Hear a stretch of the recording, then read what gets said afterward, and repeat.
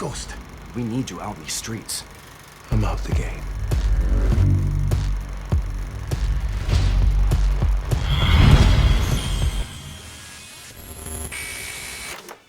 How are y'all able to make a couple that's supposed to be as far away as possible, y'all actually have people rooting for y'all?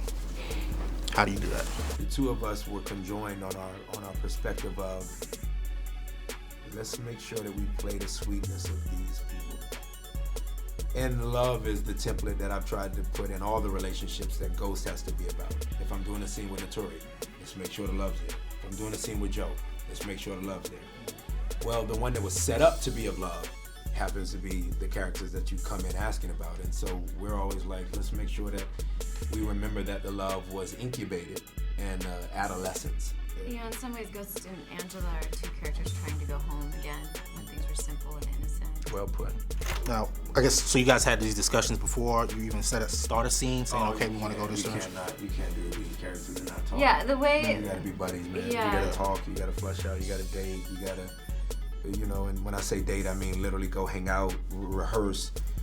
I say date, I mean Joe and Omari dating at times, in terms of like, go get a Parmesan chicken sandwich at his favorite spot.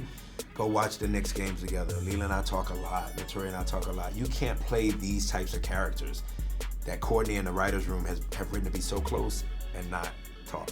You can't. Especially, too, sharing, you know, sort of your experiences and your histories from your own life. Like From a your big own life. template that I stuck on Angela was, I fell in love when I was younger once, and I remember distinctly this feeling of, after having been touched by this person, never wanting another man to ever touch me again.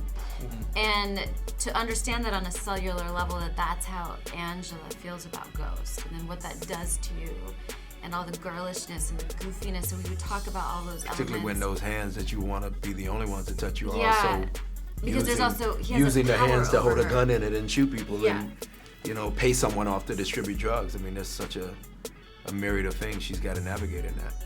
How do you feel about the social media impact of the show? It's almost like when the show is airing, it's almost like another conversation going on, Yeah. like, oh, what's next, you know? Yeah, we let it be that, you know what I mean? You can't control that, and it's ironic. Social media has come into a larger, it just keeps getting bigger, right? Now there's Snapchat, and so you can't necessarily Snapchat what we're doing. You can live tweet with us, but you're not gonna be in the living room with us, so you can't necessarily Snapchat. But if there were such a way to get to us and watch it with us and go, hey, get on my Snapchat, watching you play you, people would do it. And so for it to be at that level now, Nobody wants to be that close. we're at a place where we're like, we need mystique, because you're not gonna pay our bills if we don't have some mystique. So social media is a funny thing to navigate. We need mystique, and the actors of old had mystique because there was no social media.